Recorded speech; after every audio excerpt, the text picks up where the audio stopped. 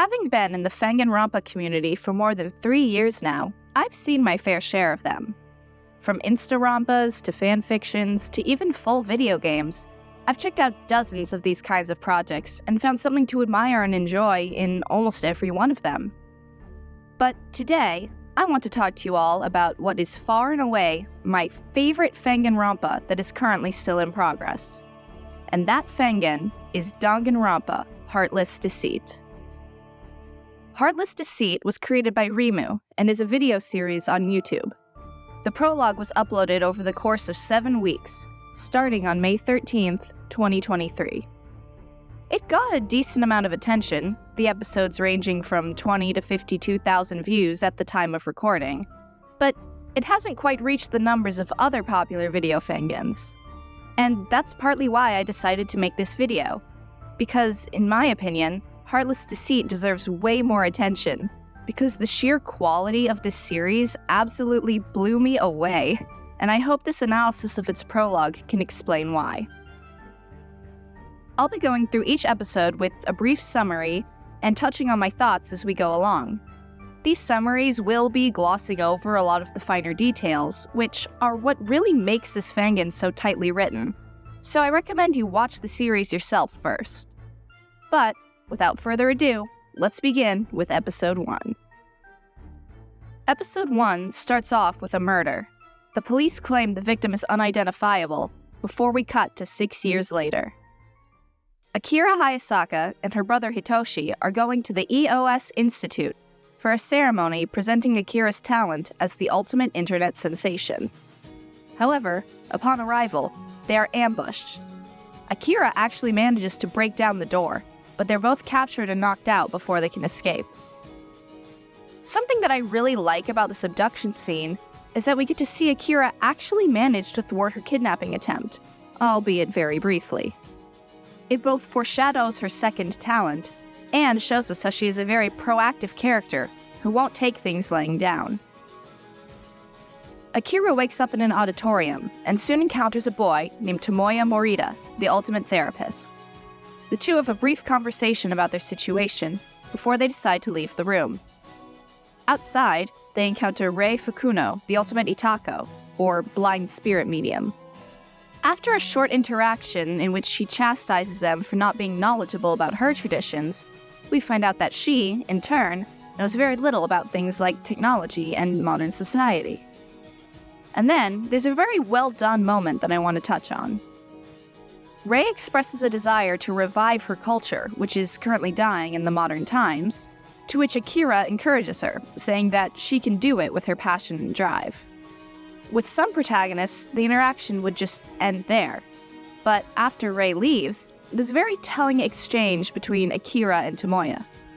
Tomoya calls out Akira for lying to Rei, since, objectively, achieving her goal is highly unlikely. Akira then agrees with Tomoya, saying she simply couldn't say that to Rei's face. He then accuses her of giving Rei false hope, and Akira has no response. This is just one of many examples of how good the character writing and interactions are in this fangan. There's depth and layers to their conversations, and we learn about each character's values and thought process in a way that feels natural. There's nuance and complexity to their actions, and it's a part of why I think this cast is so strong. Also, the presentation of this series is just phenomenal. The art is beautiful, the sprites are clean and expressive, the character design is appealing and memorable, and the original music is very well done. The backgrounds and modeling work is also really nice, and the whole thing just looks so professional and detailed, especially for an independent project like this. I just wanted to take a moment and highlight the amount of work this must have taken, because it really is impressive. Moving into episode 2, our duo enters the food court, where they encounter the ultimate weightlifter, Takeshi Yamamoto. Tomoya has a habit of talking about people behind their backs, but unfortunately for him, they're usually within earshot. This trait causes Takeshi to state that he doesn't respect Tomoya, while Akira gains his favor with her personality. This conversation gives us insight into his mindset that, even though Tomoya has a talent, his respect must be earned through actions and not just a title. I won't go into detail about every character interaction, but this highlights how well done they are. A lot of fangans really breeze or rush through these, but Artless Deceit takes its time. The pacing is very good overall, and the introductions do a great job characterizing each student organically and giving us just enough information about them to get an idea of what they're about and where this character could possibly go over the course of the game, without dumping their entire life story on us. What I'm trying to say is it's really, really good, and you should go watch the series yourself to fully appreciate each introduction. But moving on with our summary, we meet Otome Hanayama, the ultimate manga artist. She's a short-tempered girl with a foul mouth and ends up snapping at Akira and Tomoya after they wake her up from an ill-timed nap. However, she immediately apologizes, stating it's a habit and she doesn't have much filter after just waking up. Put a pin in that, I'm coming back to it later. They learn she created a renowned manga called The Writers Club, and they finish their conversation with Otome falling back asleep.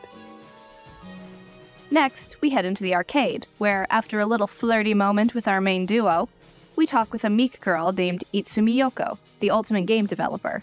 But she prefers to be called Bani. She's pretty self-conscious at first, but Akira gets her to open up and be more comfortable. This is more characterization for Akira that I just adore.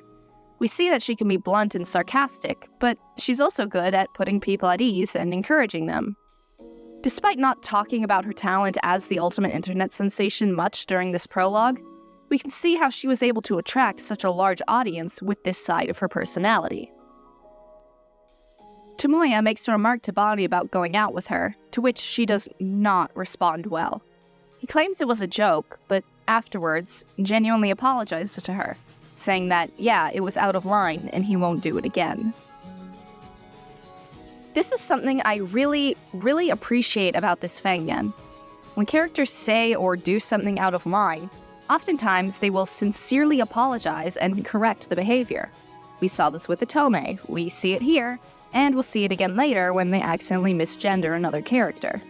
It's not made some huge deal, it's simply stated to be common courtesy, and it's honestly refreshing and really endears me to this cast.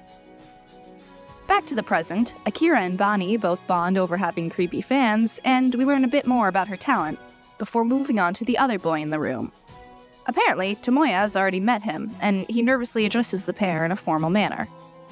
This is Satoru Tachibana, the ultimate historian, and rather adorably, he's a massive fan of Akira's.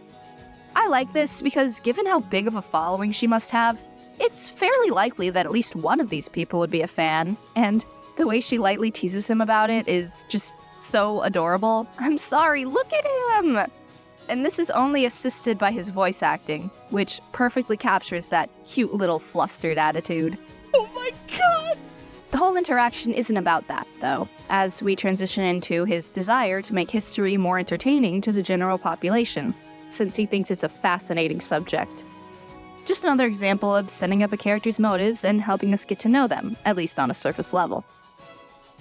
Onward to the lobby, where a boy and his puppets start talking to Akira and Tomoya.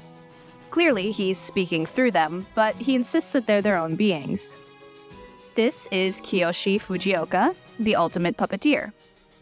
Akira doesn't humor his whole sentient puppet thing, but Tomoya plays along, and this moment is subtle, but it's really important in my opinion.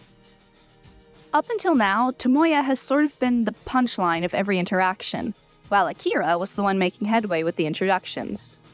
However, this time, Tomoya is the one able to get Kiyoshi to open up by going along with what makes him comfortable. It's a good character moment for Tomoya, as we get to see him subtly using his talent, but it also establishes his importance in the duo with Akira, and that he isn't just the comic relief with no other skills or purpose. After talking a little more with Kiyoshi about his puppeteering, we move into episode 3, and the proper introduction of Shion, Tomoya's twin sister, the ultimate criminologist. She has a large amount of optimism despite their situation, and she and Akira immediately get to work bullying Tomoya in a typical sibling fashion. However, we soon learn that she can't remember anything about her talent, seemingly having amnesia about it, a la Kyoko Kirigiri. My guess is, assuming that she's being truthful about it, This memory loss was done by the mastermind for game balance's sake, like how Kyoko, being the ultimate detective, may have skewed the game and trigger happy havoc. Anyways, we then learn that despite being twins, the siblings don't actually live together. Their parents are divorced, with Shion living with their mother and Tomoya their father, a high-ranking policeman. Shion says their mother was with her when they were abducted, and I suspect a motive for this killing game will be the safety of the people each student attended the ceremony with, since they were abducted too. However, Tomoya came alone, stating that his father was too busy as a high-ranking policeman. Akira judges him for this, and Tomoya tells her seriously not to do that since she doesn't really know him. Again, it's a nice little moment that shows Tomoya, despite taking a lot of teasing, isn't a total doormat and can have a spine when necessary. Moving into the dining hall, we run into a few different people. Tomoya once again falls into the habit of talking about people within earshot and draws the attention of Katsuhiko Minamoto, the ultimate debater. He counters Tomoya's comments about his school being for stuck-up rich kids, to which the man next to him laughs and says that it's true. This is Hideyoshi Kurosawa, the ultimate taekwondo practitioner, and Katsuhiko's best friend. I am an absolute sucker for these two. The way they use those cute little nicknames and their dynamic of one being serious but easily flustered as the other is carefree, blunt, and laid back is simply the most adorable thing ever, and I'm sure nothing bad will happen to either of them. For once, Tomoya is spared from being the group punching bag as they all gang up on Katsuhiko for finding the other girl in the room pretty. Speaking of the other girl, her name is Isanami Hoshimiya, and she seemingly can't remember her own talent, filling the unknown talent spot in the cast. Whether she's being honest about forgetting it remains to be seen, but one thing that's undeniable is that she knows more than she lets on, eerily coming to several logical conclusions, and staring at Akira as she not so subtly implies she knows the girl is hiding something. Akira brushes it off, but there's definitely more to Izanami than meets the eye. Episode 4 begins in the kitchen, and we first talk to a charming young man named Kyorin Murashida, a guy with a knack for reading people, which makes sense as he reveals his talent is the ultimate con artist. However, he claims to currently be a sort of Robin Hood figure, conning people who deserve it and distributing what he earns to their victims. The brilliance of his talent, though, is that we can't be certain if any of this is the truth, which adds just another layer of mystery to this character that I can't wait to find out more about. The other person here is Chiyomi Hattori, the ultimate fashion designer. She seems to be the silly, high-energy character of the cast, with her expressive sprites and bubbly attitude. Her talent revolves around making ethically sourced, trendy clothing for people, and she's clearly incredibly passionate about it. However, despite her cheery demeanor, she clearly isn't comfortable being left alone, trying to sway the pair into staying with her. Still, she relents, and we head back to the lobby, where they try and fail to introduce themselves to the guy standing there. He is having absolutely none of it, however, telling them directly to go away and that he isn't interested in introductions. It's mostly through sheer pestering that Akira manages to convince him to give them a name and talent, that being Yumeo Arakawa, the ultimate forensic pathologist. It's interesting that Shion's talent was forgotten, but Yumeo's isn't, considering he also deals in things that could give him an advantage in the inevitable killing game. But anyway, he immediately tries to leave before Tomoya makes a comment about the dead that he doesn't take too kindly to, having a certain respect and sadness around them. He remarks that he doesn't want his talent, though, and it leads to an argument between him and Tomoya, where rather hurtful things are said in regards to Tomoya and his inferiority to his sister. And it's been implied up to this point that part of Tomoya's occasional gloating is to compensate for this feeling of inferiority. The spat is only broken up by Izanami's sudden appearance, and Tomoya, rattled, leaves the area. Akira goes after him, and there's a very sweet moment between them in which they call each other friends, and between their banter and genuine moments like this, it makes me really feel for them both and want to see them overcome this game, as unlikely as it may be. The moment is followed by the sound of singing, which they follow into the library. Inside is a pretty girl whom Akira and Tomoya both recognize as the famous J-pop idol, Chosuria. She tries to keep up the idol persona for a bit, but it comes down and she admits she just wants to be a regular girl amongst her peers. She introduces herself again as Cho Yoshida and asks to be referred to as such. She also reveals that she enjoys martial arts, and she is just the best, honestly. With that, we've been acquainted with our entire Killing Game cast, and an announcement calls them to the auditorium, leading us into episode 5. The whole cast meets up in the auditorium, and we get to see this Killing Game's overseer, a small robotic child named Ko. He claims that he was a part of the EOS Institute, but has been hacked so as to not be able to stop the Killing Game, and he must oversee it instead. He reluctantly explains to them the rules, and it goes about as well as you would expect. However, Katsuhiko is having none of it, and threatens Ko with strangulation before destroying him in an attempt to draw out the true mastermind of their situation. I find this whole scene interesting for a couple of reasons. Number 1, Ko is an unwilling mascot. Oftentimes, the mascots revel in the Killing Game, providing a sort of glee to the participants' despair, but Ko is seemingly against it entirely, but simply has no choice in the matter. Secondly, I've seen a number of fangans in which one of the casts does what I call pulling a mondo, in which they both verbally and physically threaten the host. This usually results in some sort of near brush with death, in which they learn that the Killing Game is real and the consequences are very much deadly. Heartless Deceit subverts this in 2 ways, one being that Katsuhiko doesn't, at least not yet, face any negative consequences for destroying Ko, and that he isn't the typical character archetype to instigate this trope. Usually it's a physically powerful character, or one with some sort of connection to the Killing Game itself. It was interesting for me to see, instead, a colder, more calculating character act this out, and the mascot is presented in a far more sympathetic light than usual, really turning this typical scene on its head. I'd also like to take this moment to highlight the voice acting. I haven't really touched on it yet, but everyone in the cast does a fantastic job, and it really sells a lot of the important scenes, such as this one, where we have to listen to Ko scream in pain as he's broken before our eyes. It hurts! It hurts! It hurts! It hurts! It hurts! It hurts! After the cast recovers from that, they do something that really caught me off guard the first time I watched this fangan. They try to escape. And I don't mean in the typical way of just explore and then realize there's no way out.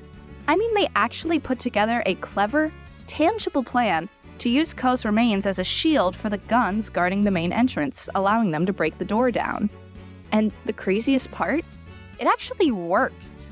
Yeah, they managed to break down the door, and it's only through another massive assault that they are subdued and prevented from escaping. I want to emphasize how I really like this scene. These students are ultimates, and this tangibly shows that they are a smart and proactive group of people. And it makes their situation all the more tragic, knowing most of them aren't going to survive. It's been a long time since I've enjoyed a cast this much, especially just from the prologue. After realizing their failure, a spare copy of Ko suggests that they rest in the rooms prepared for them. They agree, and Akira collapses on the bed in hers. It is then that we see the identity of her second talent, the ultimate hitman. And thus concludes the main story of the prologue. But it's not quite over yet, because the last 2 episodes feature what is actually my personal favorite part of this fangan, the side story. I've seen fangans before with intermissions that show a side plot happening outside the Killing Game, but Heartless Deceits takes place right alongside it, starting the day the Ultimates were kidnapped. The protagonist of the side story is Denshi Shijinobu, the former Ultimate hacker. And this man is just perfect. Akira is already one of my favorite fangan protagonists, but having 2 amazing main characters really is such an impressive feat.